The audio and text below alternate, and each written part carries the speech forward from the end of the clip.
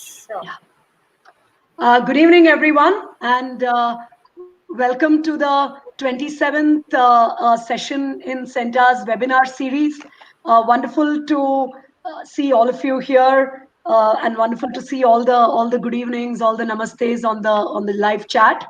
Uh, let me let me first start with saying that the two guests we have today are very special for me personally and for CENTA as an organization. So this is not just one more of our introductions where, of course, they have great credentials and all their experience, but they are also very special personally. So let me get through the credential part of it and then come to why they are special personally. So Shweta Sharma Kukreja is Managing Director of Central Square Foundation. She has been part of the founding team at Central Square Foundation, also called CSF, and co-leads CSF's strategy, operations, and strategic partnerships. She leads CSF's work on foundational literacy and numeracy, which many of you might have heard about, across state government and classroom instruction and grant making, and also oversees the development of CSF as an organization. Shweta earned her bachelor's degree in economics from Sriram College of Commerce quite some time back, and also has an MBA from IIM Bangalore. Uh, Anustup heads the classroom instruction and practice at Central Square Foundation. He's the director of classroom instruction and practice that works to disseminate effective principles of early grade literacy and numeracy learning, build a strong supply side to provide effective learning expertise to states, and generate evidence on what works in early learning. Prior to this, Anustup spent a decade at Exceed Education, where he was part of the founding team, held a range of roles, and he has a Master of Science in Public Policy from Georgia Institute of Technology and a degree in education from Harvard University's Graduate School of Education. Also, yeah, quite some time back. Uh, but let me come to why Anustup and Shweta are special personally and for CENTA. So CSF, as again many of you might be aware, has been a long-standing partner to CENTA, and very specifically, we have been partnering on what is called CENTA Teaching Professionals Olympiad, our annual competition for teachers, and very grateful to CSF that they support one of the very coveted prizes where teachers come together to publish their experiences and share it with a wider audience. So the first 2 years of Olympiad winners got together to publish a physical book called Chalk and Challenges, which incidentally, Sri Venkaya Naidu, Vice President, gave to winners of the National Teacher Awards in Delhi. And book was very well received by a wide set of people, and now, of course, as we've gone further down the line and as the world is changing, there might be a digital version similarly that future winners of the Olympiad and the last couple of years of winners might be publishing, and CSF is again participating or partnering on CENTA Teaching Professionals Olympiad 2020. So, and Shweta has been the backbone to this whole relationship. So, thank you very much for that, Shweta, and thank you for doing this webinar with us today. Anustup and I go back a long way. So we actually came across each other 20 years back when Anustup was part of the founding team of a company in this very small office in Delhi. And looking at Anustup doing some very exciting work in education, I told him that, look, I've been very interested in education myself, and at some point I will also be jumping into it. And over the years, we have exchanged notes multiple times. And then, of course, a while later, as I took my own plunge into education, we have been collaborating on a few things more closely. So thank you very much, Shweta and Anustup, for being here with us today. Before we get to the session, since there are a few queries on how to get a participation record, which I believe some of you require from your schools or employers. Uh, I just want to mention that the format we are generally following in the last several webinars is that sometime in the course of the webinar, we will have a simple survey or question, a single question that you have to go to the link and answer, which is the equivalent of saying, "Are you awake?" in a physical class. So you have to go and answer that. We will take that as a record of attendance, and you will be receiving that digitally later. And I think my colleague Priyanka is answering any further questions as we go along. For those who may not have received a previous record, would request that you don't crowd out the chat with that. Please write to us at team@centa.org, because there is just an ongoing cycle of giving these records. So with that, let's jump straight in. Today we are talking about a very important and interesting topic, which is we've all heard about the National Education Policy, NEP 2020. Uh, and probably most of the people attending this webinar have read a lot of the policy. But one of the questions that most of us are thinking about these days is, so how is it likely to change things on the ground? And in particular, how is it likely to impact teachers? And that's going to be the focus of today's webinar.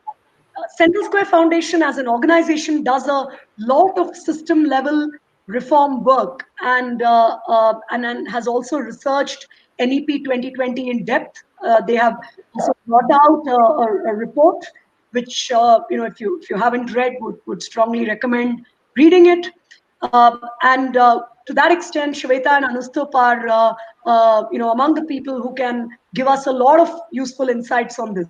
So let me start by maybe asking you, Shweta, uh, from your vantage point, what do you see as, say, the three most important areas of possible impact through NEP 2020, taking into account both what the policy is saying and what could potentially get implemented on the ground?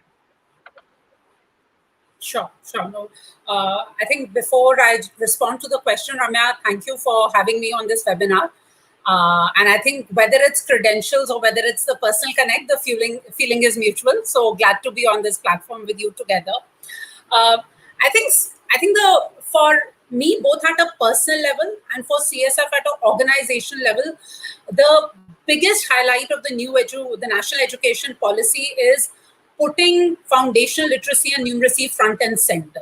The document actually goes ahead and states that unless we are able to get our children to basic competencies of reading with meaning making and to basic numeracy operations, then everything else in the policy in a way becomes irrelevant. And I think, again, CSF is not the only organization. There have been many other NGOs, CSOs, which time and again bring out the centrality of getting early learning right. It's literally when you're walking up a staircase, you can't skip the first step. You have to start with the first step. And in fact, on that, the new education policy has gone a step ahead and included also early childhood care and education. So they've the 5-year structure, which is 3 years before grade 1. It's the 5 plus 3 plus 3 plus 4. So looking at it comprehensively as a continuum, giving pre-primary its due place, because again, repeatedly, many conversations have happened where, and I know many participants in our webinar are teachers. As teachers, the struggle is the children are not actually prepared to come into grade 1 and receive the grade 1 curriculum. So looking at foundational as a continuum with the pre-primary, I think has been one standout feature. The second has been calling out, and I mean, we all know this, most policy documents do give the due place to the human capital of the education system. But I think the centrality of the role of the teacher and the way that has been re-emphasized pretty much throughout the document, right up to higher education, including what teacher education then needs to look like, has been another very salient one. The third is talking about education from a competency base and for the assessment to reflect. I'm combining both of them together because the moment we step away from, this thick is my curriculum, I have to finish my textbook and I have to learn it and do well in a board exam. And I think at least the three of us are a product of that system. That's just what education in our school time looked like. And in some ways we mastered it, which is, that was just the way to do, right? If you're serious about studies, that's what we did, right? That's what the system was geared towards. But for a national document to say, let's do away with the density of the syllabus. Let's focus on competencies. Let's encourage the space for critical thinking, conversation, discussion, and more importantly, then test our children on the same parameters. I think that, so I'm linking the competency based and hence reimagining the assessment framework together as a third part. So those would be the three stand out. That's very interesting, Shweta. So you talked about foundational literacy and numeracy. You talked about teachers being quite central throughout and teacher education, therefore getting reimagined, and the whole focus on competencies, and that feeding into assessment. And yes, to your third point, if I may say so, the interesting thing is that while a lot of the competencies that the NEP 2020 talks about are also mentioned in NCF 2005, the change in the board exam and how that assessment then drives what everyone will focus on can hopefully make this something that's implemented rather than just a policy. So very glad to hear those three areas. And Anustup, you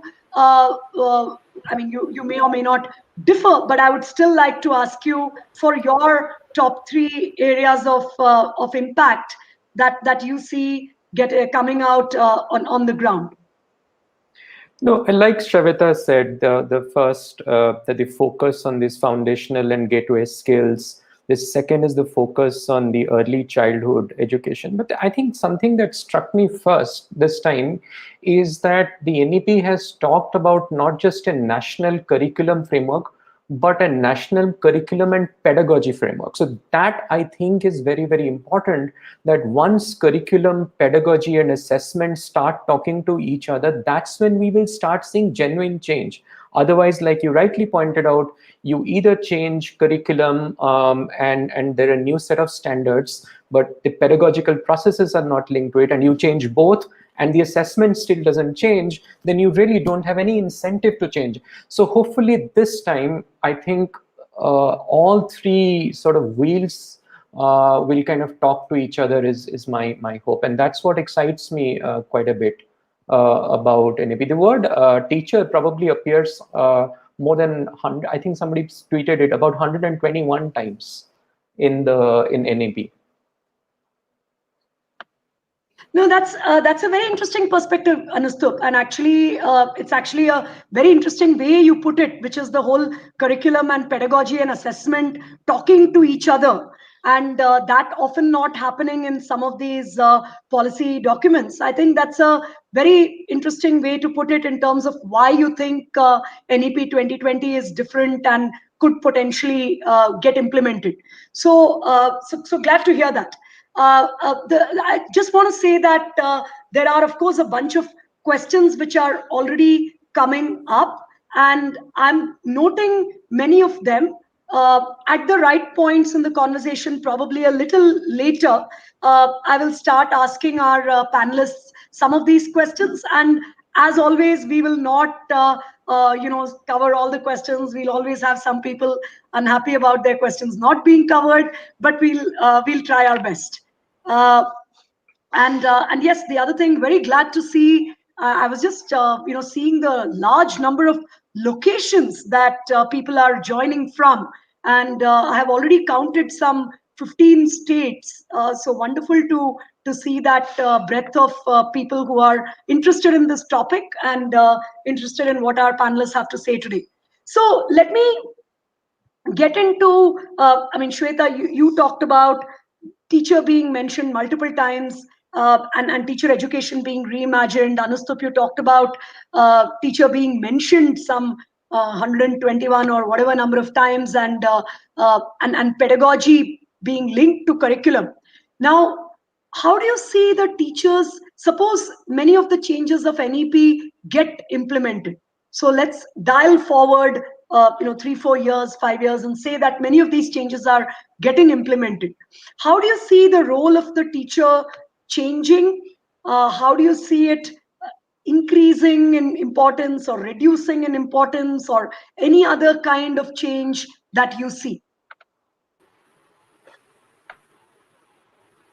Yeah. So, Yeah. as we Sorry, Shweta, sorry, as we look ahead, right? Your voice is breaking a bit, Shweta. Can you hear me better now? Yeah, better now. Yes. Yeah, I've just pulled the computer closer. Yeah, so I think as we look forward, let's remember the policy is meant to give us direction. For it to get successfully implemented, and everyone, I think every webinar on the national education policy has been talking about that the rubber will hit the road when the government puts it into operation. And I think one of the most critical role in operationalizing will actually be that of the teachers. Of course, the guiding document has to be received by central institutions like the NCRT, SCRTs at state level. There'll be a lot of work which will need to be done at these institutional levels, because a lot of the frameworks, whether it's the national curriculum framework, which now has to be revised to incorporate this competency-based approach, and it will first be done for school education and then for teacher education. But I think from my perspective, the biggest role of even an operational plan of the policy to actually reach our classrooms, that last mile gets covered by our teachers. And I think that's where, rightfully so, the document calls out that role centrally, and also refers to the need for the new professional standards and the revision in the B.Ed curriculum, right? To actually reflect that the teachers will then be prepared, and even in their professional development, be supported for being a part of this, new approach to school education. And Shweta, if I can just sort of push you a little bit more on that, what do you think my life as a teacher would look like? Therefore, so what will I see as change on the ground? Yeah. So no, that's a very important question, because also in India, the lives, we have a stock of teachers who will continue to be actively teaching. This is not a profession which sees a lot of churn. And I think while it's also a very exciting time, it should not become a very overwhelming time for our teachers, right? Because while we can all be excited about stepping away from rote learning, I wish my teachers had engaged me more in discussion and application than memorization. I think there will be, with all due regards, a very steep learning curve that our teachers will also have to go through. Because the reality is, even our teacher community is a product of a system which looked at rote learning in a certain format of board exams and assessments. For them to actually enable the next generation of students in India to experience a very different school education than they did will require a very steep learning curve. I think that's one change I see, that there will be the need to upskill. The policy does talk about full commitment from a continuous professional development perspective, but Ramya, I do believe it is an orientation shift in mindset. I mean, just from personal experience, when I see the kind of education my children are getting in their school, it is holistic. But even as a parent, it took me some time to adjust that why are they not reciting ABCD, because that's how I learned it. Why aren't they doing dictation and dodging? Because, there are some mental models of what good school and what success looks like. So that's one. I think second, I do think technology will play a key role, both from a professional development perspective. The tools and resources I need, they will not always be available for the offline in-person training. How do I keep myself abreast with these practices? Government, of course, is committed to building Diksha as the one nation, one platform, making the resources available. But I think, again, that engagement and that adoption will take time for teachers to get comfortable with what could be other avenues of getting professional development?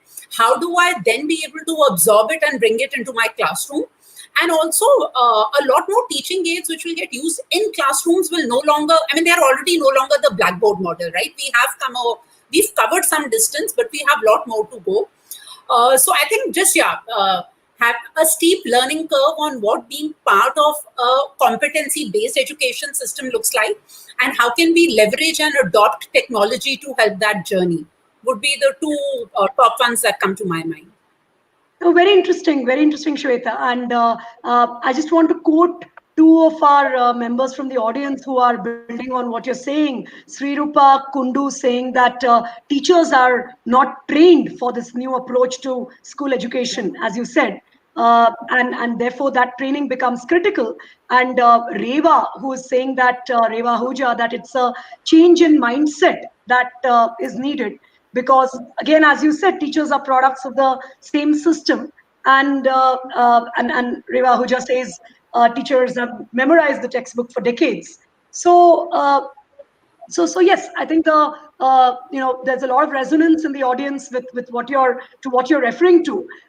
Very interestingly, on this technology thing, and I'll make a quick comment before coming to you, Anustup, on this. But on this technology thing, so as CENTA, we are actually currently doing this very rapid 1.5 week course on upskilling yourself on online teaching.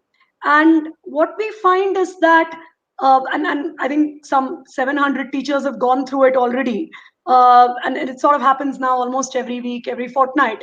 But what we find very interesting is that the biggest message that we end up trying to give during the course, and which I think people take away, is that when we talk about online teaching, the word teaching is actually more important than the word online.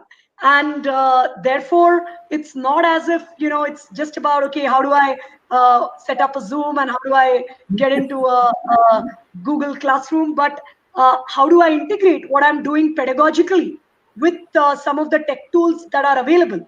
And technology is getting simpler and simpler, so it doesn't take too much to use the tools, but how do I integrate my pedagogy with these tools becomes a very important part of that sort of journey that teachers are already starting to go through, which of course is not due to NEP as much as due to COVID. But yes, I think NEP is going to push on many competencies similarly, as you said.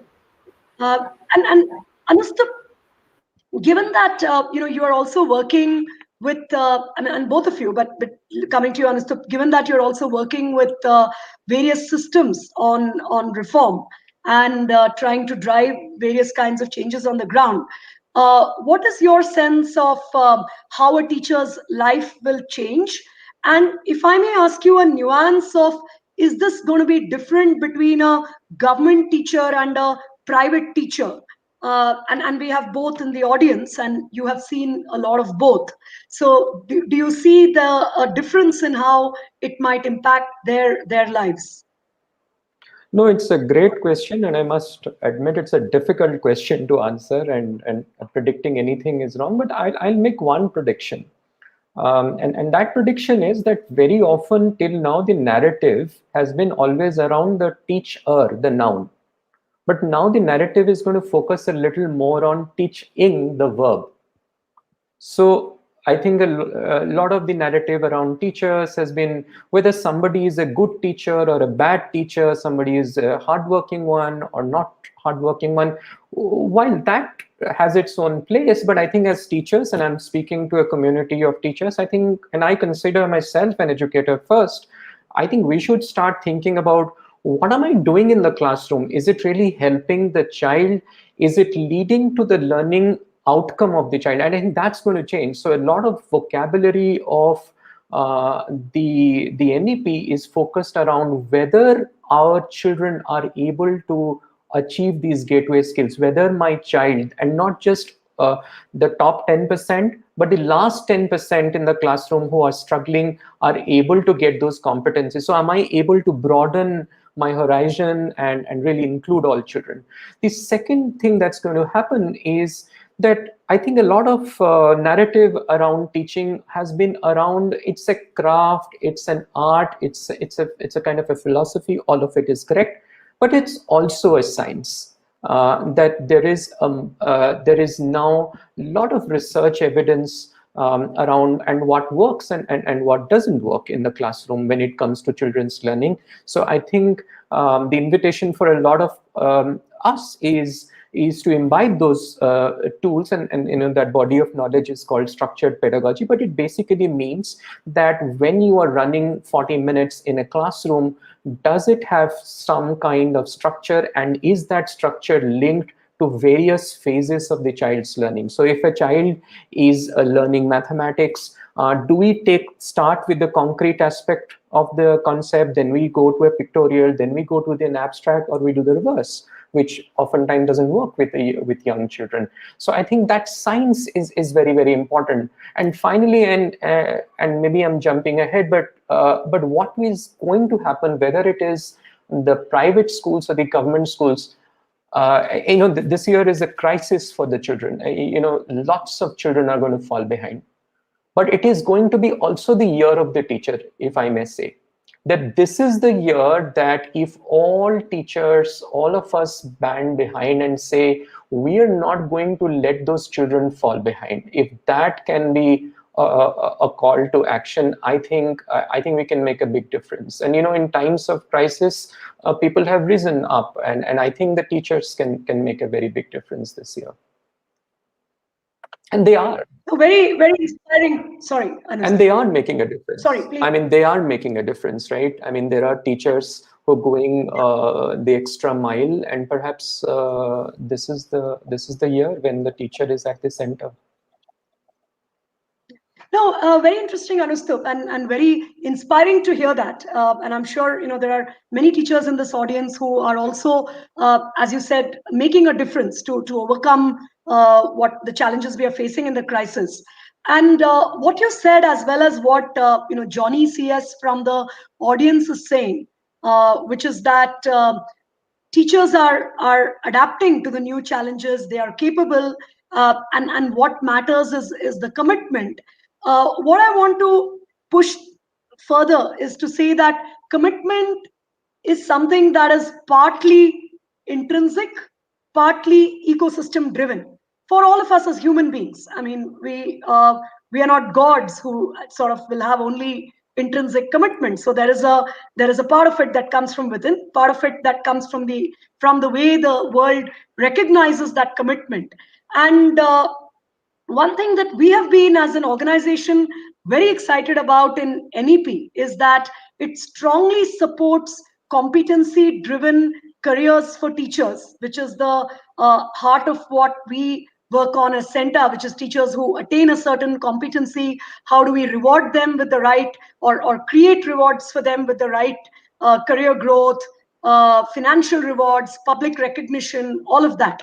Now, when you look at that part of the NEP, what do you think are some of the opportunities that might get created for teachers? And maybe coming to you first this time, Anustup, you said that it's the year of the teacher from the standpoint of the commitment needed from teachers. Very true.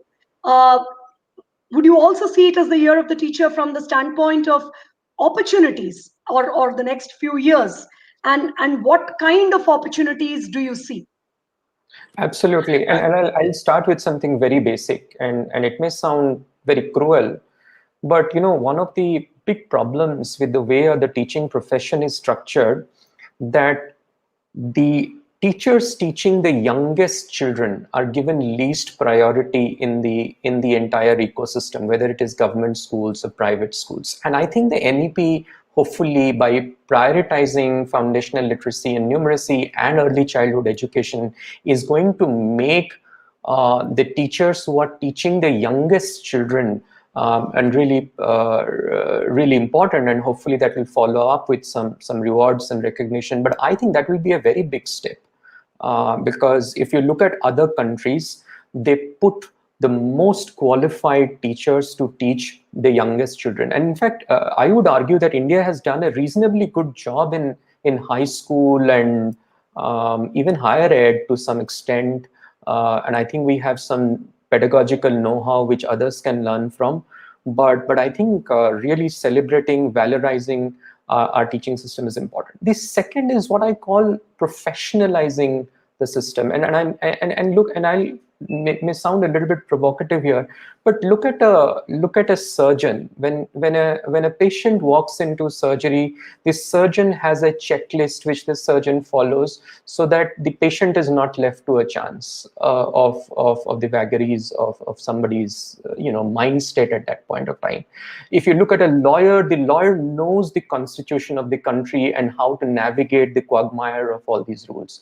If you look at an engineer, a similar set of standards are laid on. I think what's going to happen is right now that a good teacher, an effective teacher, is going to find much easier ways to shine and recognize their talent to the child. And the third thing, which is again may initially seem a little bit intimidating, right now because of online learning, teaching is no more a closed profession. Of course, there are many concerns that oftentimes parents are impinging upon the privacy of teachers and all of that. But in the long run, what's going to happen is the work of teachers is going to become more public. People are going to recognize good teachers. They know what good teaching looks like. In fact, I would argue that if I was a teacher in a school and Shweta was a teacher and you were a teacher, we would probably go through 10 years of our life without seeing each other teach. And I think what platforms like CENTA are doing is to create that community. And once you have a community, you have celebration, you have recognition. And for all the teachers that I know of, and I must have worked with literally hundreds of teachers in my time, yes, pay and monetary rewards are very, very important. But what is even more important, and a lot of teachers tell me, is what they call izzat, respect. That I need respect as a professional, and you deserve that respect. But that respect is not just about some illusory feeling or some empty platitude. You need very, very specific credentials. You need to be able to demonstrate what your professional skills look like. And I think that is going to raise the value of the profession overall. Yeah, no, that's very, very interesting, Anustup. Very interesting to hear you say that. And, I'm seeing in the comments that lots of people are finding resonance with what you said. And in particular, this point about valuing teachers who are teaching at the foundational level, pre-primary, early primary, etc., and not only the secondary or senior secondary. It's a very interesting thought. And in fact, this was also the thought behind the way the CENTA standards are designed, as you know, and CSF has been, many people from CSF have contributed to the design. But when we look at level 1, level 2, and level 3 in the CENTA standards, it's an increasing level of competency, irrespective of which grade level you are at. And I think our constant push in the ecosystem has been that the movement from primary to secondary is a movement for the student. For the teacher, primary and secondary are equal and just different specializations. So you rightly sort of, very nicely pointed that out. And I'm seeing multiple people talking about that in the live stream. Can I maybe, Shweta, ask you a slightly, a sort of a nuance of this question, which is, do you see this overall as a good time to be a teacher or a challenging time to be a teacher? And this might, it might sound like a wrap-up question, even though we are only halfway through the webinar. But I just felt after hearing Anustup's comments and the earlier discussions on how challenging the upskilling will be, I thought this might be a nice point to ask that. Yeah, I think, Ramya, it's always going to be a very exciting time to be a teacher, just with what's happening in the classroom. And I think especially, we are having this webinar in the time of COVID. So I think it's It's good, it's overwhelming, it's challenging. I think overall, cumulatively, it's exciting. I do believe that the fundamental shift that our education system is committing to in this policy, right? I mean, our last policy came out in 1986. For the first time, an official policy document is saying, by the way, we didn't talk about quality, we want to talk about quality. And by the way, the Justice Verma Committee report had certain recommendations for teachers and teacher education, but we still need to do far more. I think just the honest tonality of what has been missing in our policy, what needs to be fixed, and in a very time-bound manner, saying, okay, we'll fix the national curriculum framework for school education, then look at teacher education, then come to national professional standards for teachers. I think just the holistic framing. And to me, it's honestly a very honest articulation of what we've achieved, what we haven't, for whatever reasons, not paid due attention to, but what we are now putting front and center. Whether it's the role of the teacher, and more importantly, all the support that will be required for the teacher to play that role. Attracting the best talent to become teachers, making the profession aspirational, supporting it with what Anushrup also referred to.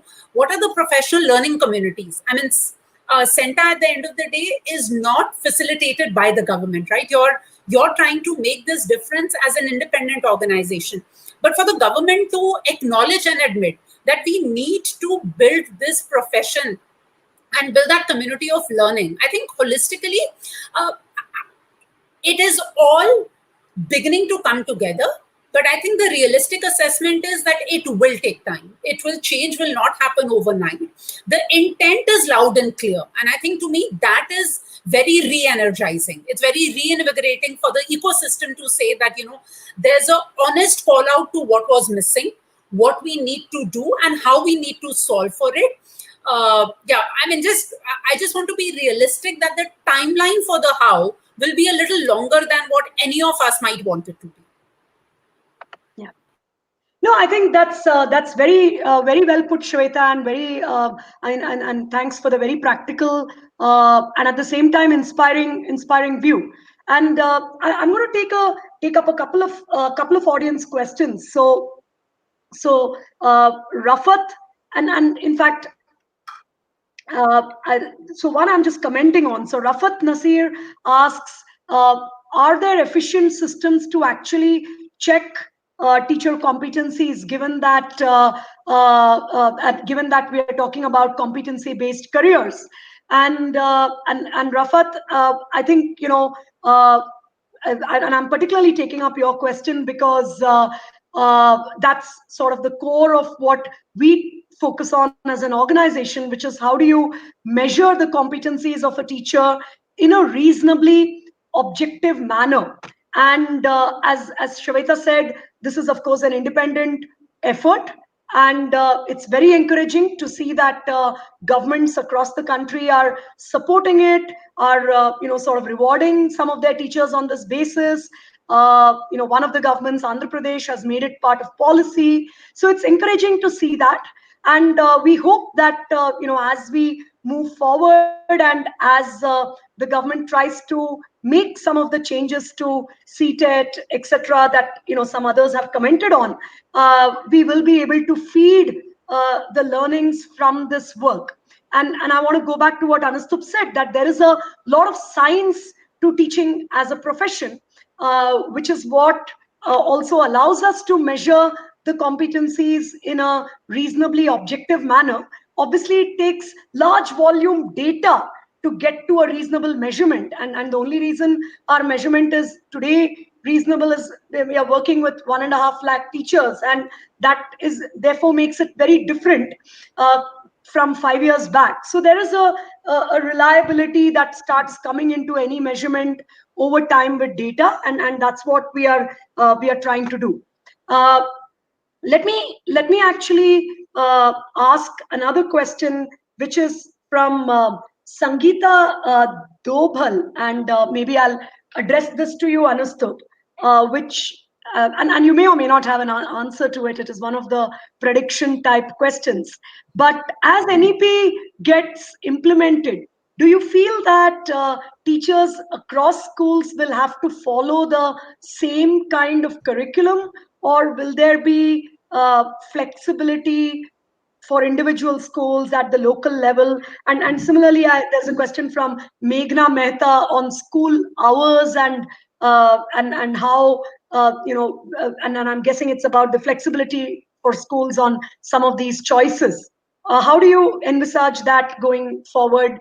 Again, hard to predict, but let me put you on the spot.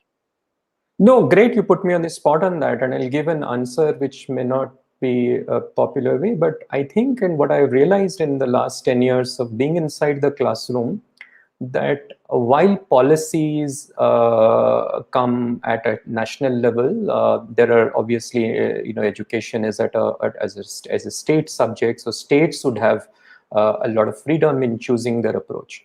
But I just want to remind our community here that there is a lot of freedom within the four walls of the classroom that we need to exploit. When I am with my children for those 40 minutes, can I have a clear learning outcome? Can I have an interesting activity that the children are able to uncover the concept? Can I have some kind of guided practice so that children build that procedural fluency? Can I ask them a question to check for their understanding? I'm just putting four things out there. If I'm doing those four things, I don't think there is anyone who would come and stop me. And there are already lots of teachers doing that. So my invitation to everyone here, whether we want to predict the effects of government policy or not, the policy document is a clarion call of sorts. So this is where we want the country to go. While the government will do a lot of things, but we can do a lot of things ourselves as well. I'll quote the famous John F. Kennedy quote, which was for a different country: "Ask not what you can do for the country. Ask not what the country can do for you. Ask what you can do for the country." So I would ask all of us to spend those 40 minutes much better with children, which can be done with a little bit of preparation and support. Yeah, no, that's an interesting point as well, Anustup, and I think it goes back also to what Shweta said in the beginning about assessment. With the change in the assessment at the board level, and if the assessment truly becomes flexible in the manner envisaged in the policy, then the degree of flexibility inside the classroom, as you said, probably increases even more, because today, particularly in the senior classes, teachers are also probably just bound by the fact that, yes, there is an assessment which is testing a certain set of things. I have only 40 minutes and I have to get through something. And if that assessment therefore starts giving me much more flexibility, and I have the competencies to then exploit that flexibility, I think it's a very interesting point that you make. And Sangeeta and Meghna, I think we probably don't know yet how the specific curricula are going to play out, if that's what your question was. But I think Anustup's point largely covers the likely direction for teachers. Anustup and Shweta, moving to another part of this, which is the teacher preparation side and what it will take to build teachers towards this. And I'm going to actually ask you a couple of questions right now, quite narrowly and tactically, on an initiative that we are driving. So, as you're aware, CENTA, in a partnership with Manipal University, is launching a fully online postgraduate certificate program, which interestingly got designed before NEP was finalized, before COVID happened, because it's a pretty long cycle to get through the board of a university. But interestingly, resonates quite heavily, and in fact, we call it teaching for the future. Now, if you were to advise us as we are getting into this program on what are the 2-3 things that you think this program should have if it were to become a model for teacher development in the country? And it could be pre-service development, or it could be a teacher in the middle of the career upskilling, because I mean the program is designed as if for working professionals. It's not a full-time program. But if you were to advise us on what are those 2-3 things we should have to make this a true model and truly cutting edge, what would those 2-3 things be for you? And either of you can take this first. Sure, I'll go. I think it's a very exciting development. In fact, when I saw the announcement for this, I was personally very excited that a really what I would call a new age, more modern approach and a coherent teacher training program is being put together. So I'm very excited about that. And when we think of, and in the last few months, but also in the last 3 years, CSF has been working in the human capital space, and Shravita can comment on the work that we've done. I think there are 2-3 things that are standing out. One is in the content of the teacher training programs, and other is in the pedagogy. So first I'll comment on the content, and if you break them up into what I call why, what, how, and so what that means is that if a teacher understands why a certain practice exists in the classroom, so you may know about Piaget's stages of child development or Vygotsky, well, how does it impact classroom practice is not something that teachers quite get through the traditional teacher training programs. The second is the what, right? So this what is called technically the pedagogical content knowledge, which means that I may know what is a fraction, but do I know how a child understands fraction? Do I know that a child actually doesn't understand or misunderstands that the 1 on the top is the bigger thing, and the 1/4 and the 4 and the bottom is actually the smaller part, right? So that's how a child understands. So if you need pedagogical content knowledge, and similarly in literacy, right? How do children learn to read, so on and so. I think that's very important these days, and I think that's the second one. And I think there is an element of assessment and structured feedback, what I would call data-driven instruction, which basically means that I teach once, but then I understand what my children learn, and then be able to reorganize my teaching, address struggling learners, address children who are ahead. I think if it addresses those things, that would be useful. And on the how, I think when we have been looking at programs which seem to be working, it seems that ones which are a slightly blended, of course, technology-based online is very important, but that kind of physical interaction is also important. Now, of course, I do not have an answer how we can execute that in the COVID times, but I think some kind of blending is very important. Some of the partners that we are working with, they have a program which has an online component, but they also have a human support component.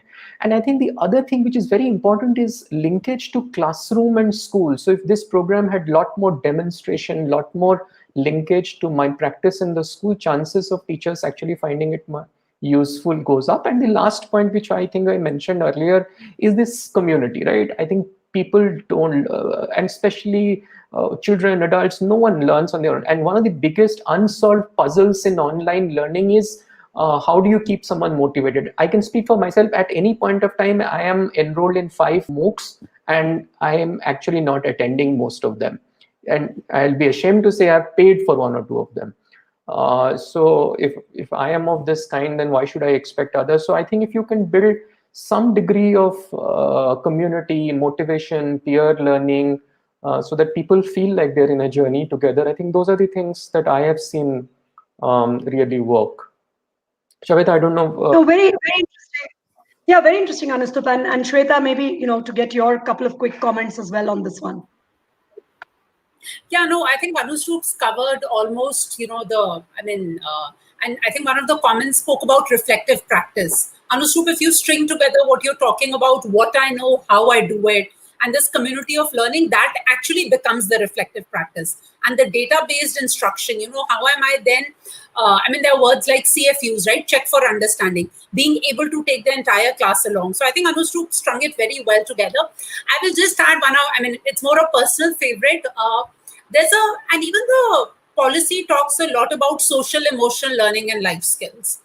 And I fundamentally believe that, while there should be a separate period which is dedicated to social emotional ethical learning, different schools call it different names, but I very deeply believe that life skills and social emotional learning has to be the bedrock of how every teacher teaches every subject.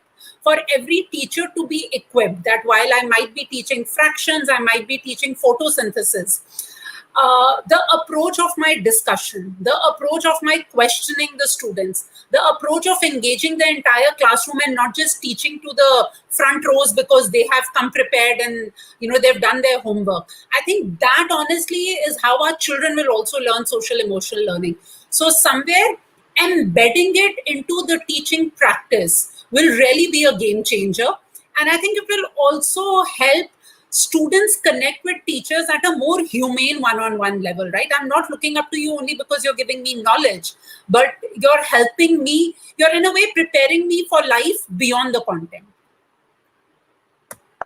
No, very helpful, Anustup and Shweta. And we are going to take many of these learnings away. And I'm also glad that a lot of the design of the program resonates with what you're saying. So very interestingly, we have a pretty large number of schools and other organizations from within and outside India who have already signed up for both internship and placements from this program.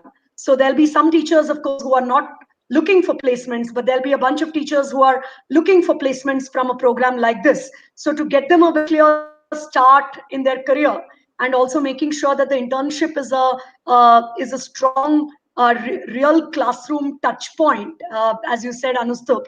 That is something that luckily we have been able to sort of tie up.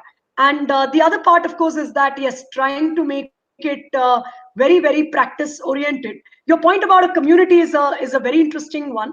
And I think, we should definitely make sure that the cohort going through this program feels like a real cohort, even if a large part of the instruction is happening online, and feels like they are in a journey together rather than just going through some MOOC individually. So I think that's a very, very interesting input. And yeah, thank you very much. And all the other things you said around classroom practice and formative assessment, etc.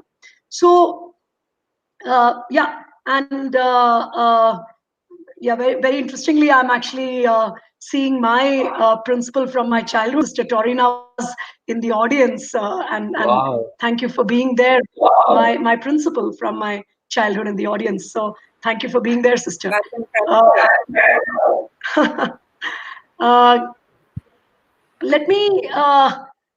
Let me go back to the last, sorry, just before I ask you the next question, can I request my colleague Priyanka to post the feedback link so that whoever is wanting an attendance record can uh, can fill it.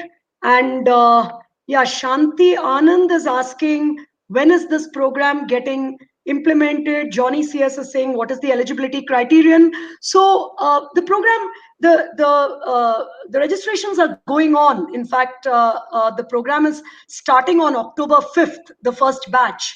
And first batch registrations are, a lot of them are already done.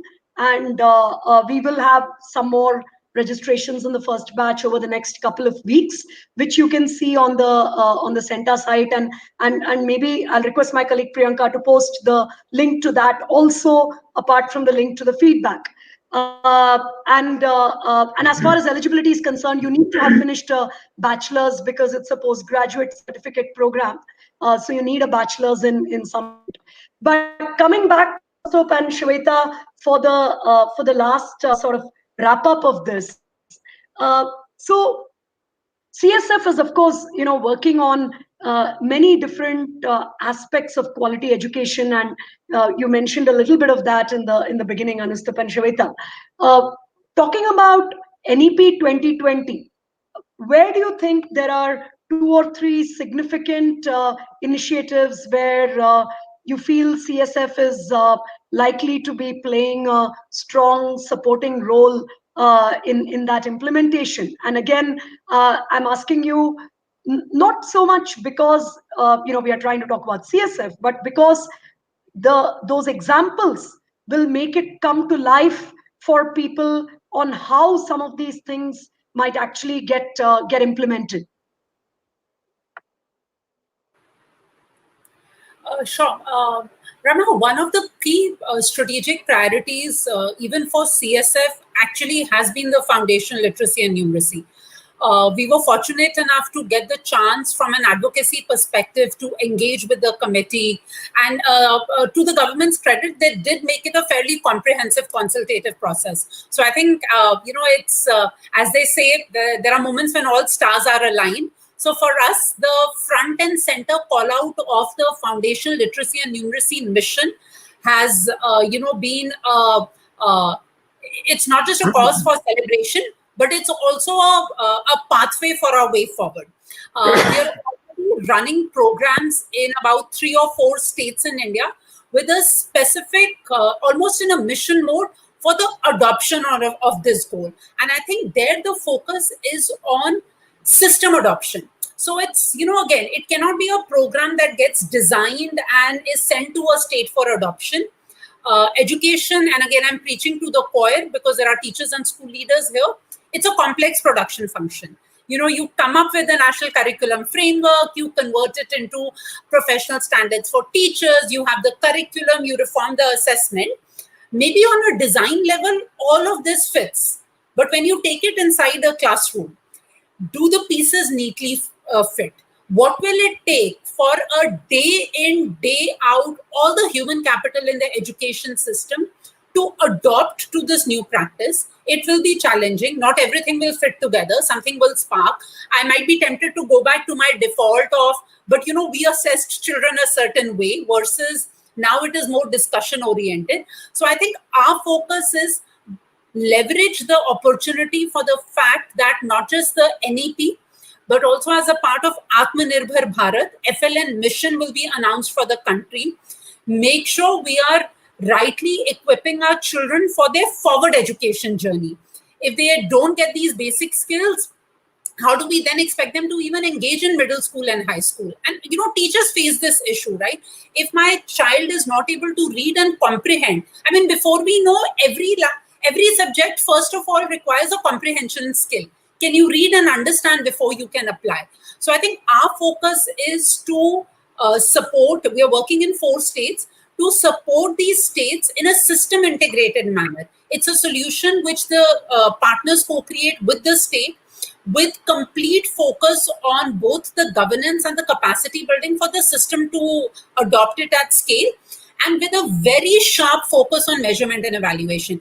Very transparently, as a parent, I should know there is some difference in the school. Now my child is actually, I don't have to be a literate or an educated parent. I should be able to see the cognitive growth of my child. So whether it's the chief minister of the state or an illiterate parent in the state, is there a unified understanding? And is there a way to actually empirically show that learning in the states has become better? So that's one big focus area that we're excited about and looking forward to working in. Wonderful, wonderful. And Anastha, before coming to you on this, just a couple of quick comments to some of the comments here. So yes, the video of this session will be available, and you can share it with whoever you want, even if they haven't attended the session. So the answer is yes on that. Second is that Ministry of HRD is in the process of collecting teacher opinions regarding various aspects of NEP implementation by the 31st of August. And we as CENTA are actually trying to help collect a lot more teacher opinion and from all around the country. So there is a survey on my CENTA towards that will be open from tomorrow afternoon. So since a lot of you are interested in this topic, please do try and take the effort to put in your views so that we can get as much teacher voice as possible behind how NEP should be implemented. And it's actually a fantastic thing that the ministry is doing this, and up to all of us to support it. Going back to Anustup's and John F. Kennedy's words. So, but with that, Anustup, if you can tell us about any significant focus from your side on supporting NEP implementation. Great. I mean, again, just building on what Shraveta said, how is NEP going to actually land on the ground? While the government has its own machinery, one of the things we are doing is also supporting organizations who have the technical capability in foundational literacy and numeracy, in curriculum, in teacher professional development, in assessment, to serve as partners to the government. And in doing so, we are also bringing some best practices to these organizations so that they up the quality of their technical capability and also the ability to influence adoption in the government. So that's kind of one piece as to how this is going to land. The second piece, which is very exciting, is that while we are doing all of this, we are also learning a lot. We are learning about what works in teacher professional development, what works in curriculum, and so on and so forth.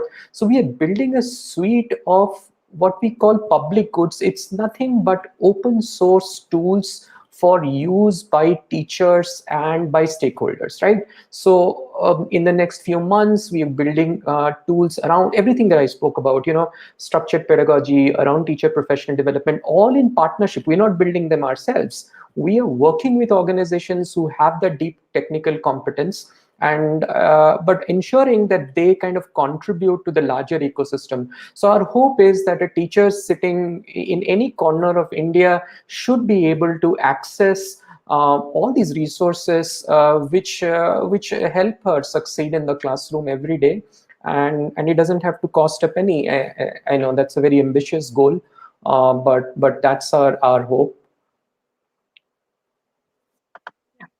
No, that's a fantastic contribution, Anustup, and that's a fantastic contribution. And I think all of us are aware of some of the great work that CSF is doing, but it's great to know it much more specifically, and to know how things might actually come out in terms of implementation. I think we have a couple of comments here that yes, this session has been a lot more about how NEP is likely to be implemented, and a lot less about understanding what the NEP says. So that was not the focus of this session. But yes, multiple organizations, including CSF, including CENTA, are putting out inputs on just understanding NEP, and I think you should be able to find that online. The last thing again, the feedback survey, which is on the home screen right now, is for the attendance record. The survey that will start tomorrow is for inputs to the ministry, and more sort of our call to you as teachers to contribute and push other teachers to contribute. Today's feedback survey is simply for the attendance record. If you don't need the attendance record, you don't need to go there. So thank you very much, everyone, for being on the session, and thank you, Shweta and Anustup. Is there anything, Shweta and Anustup, that we have missed as a big question or comment? Just leaving the floor open for a minute before we say goodbye.